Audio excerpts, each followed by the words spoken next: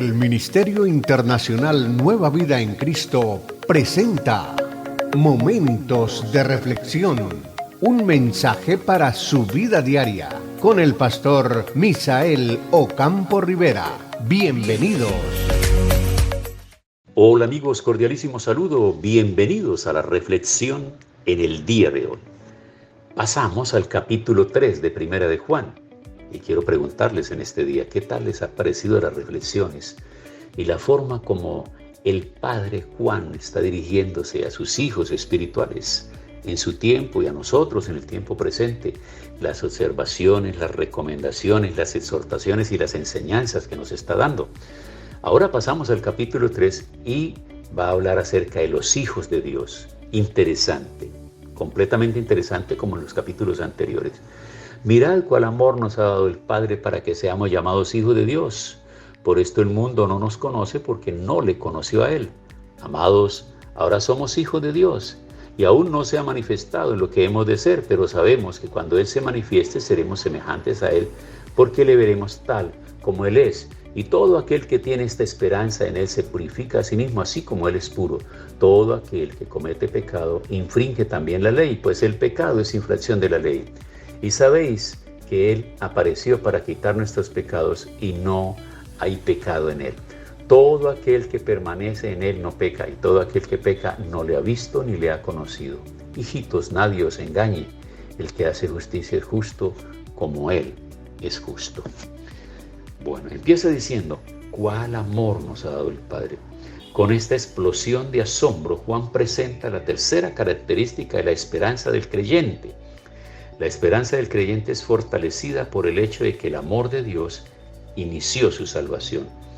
El regreso de Cristo unirá al creyente con el Padre Celestial, quien ama a sus hijos con mayor o con un amor inmensurable. Juan expresa su admiración atónita por el amor de Dios para los creyentes, que lo motivó a convertirlos en hijos suyos, y por eso el mundo no nos conoce. Los verdaderos extraterrestres en el mundo no son seres de otros planetas, sino los cristianos. Tras haber nacido de nuevo, se les dio una naturaleza nueva de origen celestial, de tal modo que puedan desplegar una naturaleza y un estilo de vida semejante al de su Salvador y Padre Celestial. Es una naturaleza por completo ajena y extraña para los no salvos, por lo cual parecemos como de otro mundo, ¿verdad? Por ende, no es sorprendente que las Escrituras describan a los cristianos como peregrinos y extranjeros, de paso por el mundo. El Señor Jesús no tuvo origen terrenal, y lo mismo puede decirse de aquellos que nacen de nuevo. Nuestra vida transformada y verdadera todavía no ha sido manifestada. Y dice en el versículo 2, ahora somos hijos de Dios. Todo aquel que ejerce fe salvadora genuina se convierte en un hijo de Dios tan pronto como cree. Aunque la vida divina y celestial que ha sido sembrada en esa persona no será revelada a plenitud hasta que Jesús aparezca. Mientras tanto, el Espíritu Santo obra en nosotros para repujar la imagen de Cristo, y por eso seremos semejantes a Él. Y esta frase introduce la cuarta característica de la esperanza del creyente. Cuando Cristo regrese, Él conformará a cada creyente a su imagen, es decir, su naturaleza. Y existe una tensión entre la primera parte del versículo, ahora somos hijos, y la última parte, seremos semejantes a Él. Esa tensión se resuelve en la esperanza sólida de que el regreso de Cristo, el creyente experimentará una conformidad tal a su semejanza perfecta. La naturaleza gloriosa de esa conformidad es casi indescriptible, pero el hecho de que la humanidad glorificada puede llegar a ser semejante a la deidad encarnada no significa que los cristianos seamos deificados o lleguemos a ser dioses. Versículo 3 dice, se purifica a sí mismo así como Él es puro.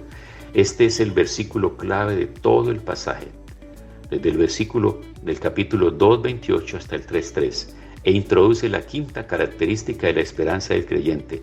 Vivir en la realidad del regreso de Cristo hace la diferencia en la conducta diaria de un cristiano.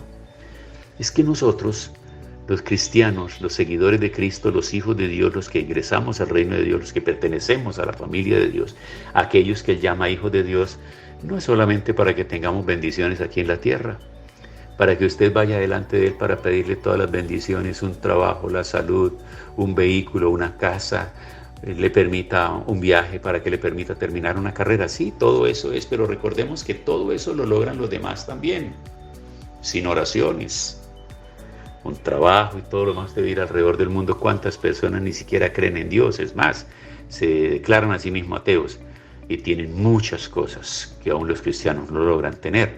Luego aquí lo que hay que entender es que esto va mucho más allá, mucho más allá. Por eso dice, se purifica a sí mismo como Él es puro.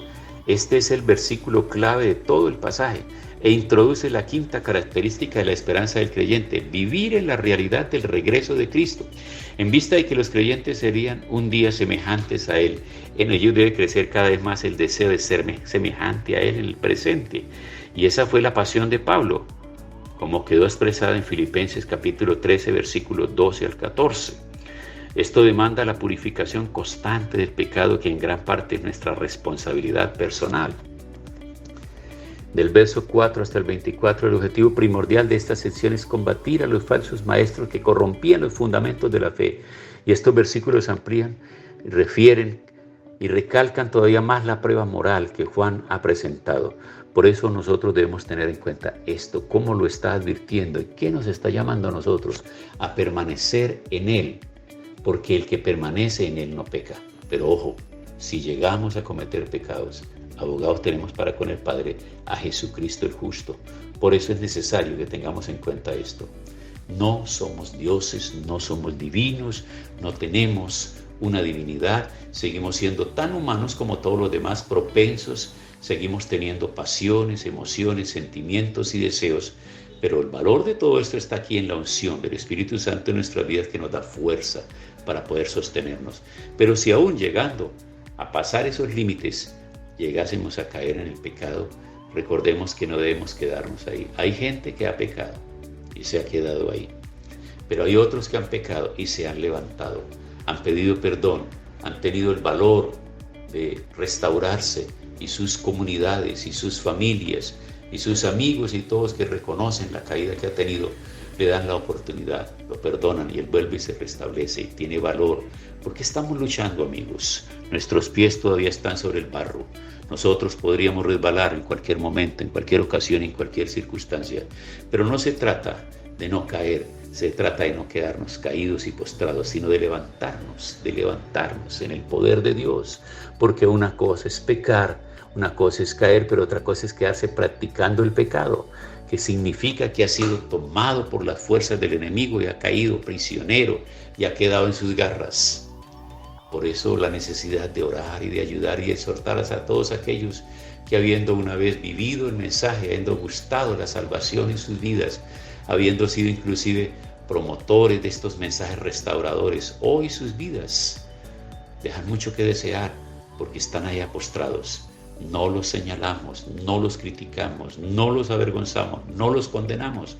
Por el contrario, les damos palabras de ánimo para que se levanten, para que tomen fuerza en el Señor, para que renuncien a esa vida de pecado y tengan el valor de levantarse e iniciar de nuevo. Porque la unción del Espíritu Santo está para levantarlos, para ayudarlos, para fortalecerlos, para que sus vidas sean restauradas.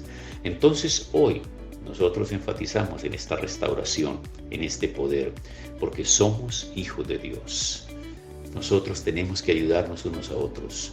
No podemos ser parte de ese ejército que remata a los miembros de sus filas. No, nosotros formamos parte del ejército de Dios, un ejército de misericordia, un ejército de perdón, un ejército lleno de amor, que levanta unos a otros, que se levantan unos a otros para ser fortalecidos en el poder glorioso del Espíritu Santo de Dios.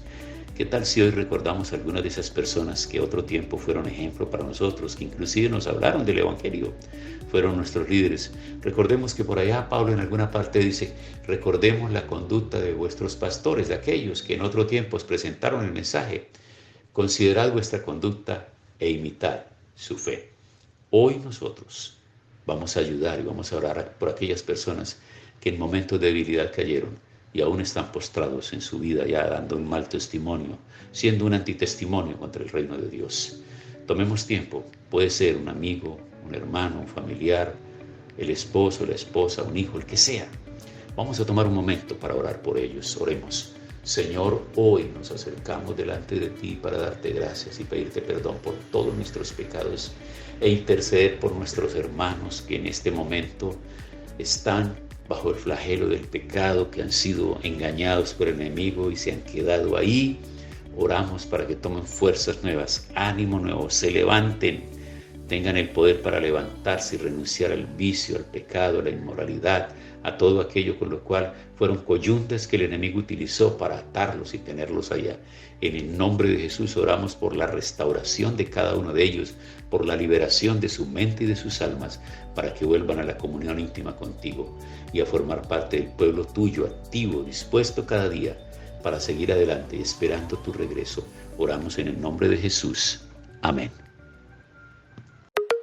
Hemos disfrutado de un gran momento de reflexión con el pastor Misael Ocampo Rivera. Un mensaje lleno de amor, esperanza y felicidad para tu vida. Los invitamos a compartir este mensaje con sus amistades y en sus redes sociales. Búsquenos en YouTube y Facebook como Ministerio Internacional Nueva Vida en Cristo y en Instagram como @MinInternacional Nueva Vida. Momentos de reflexión.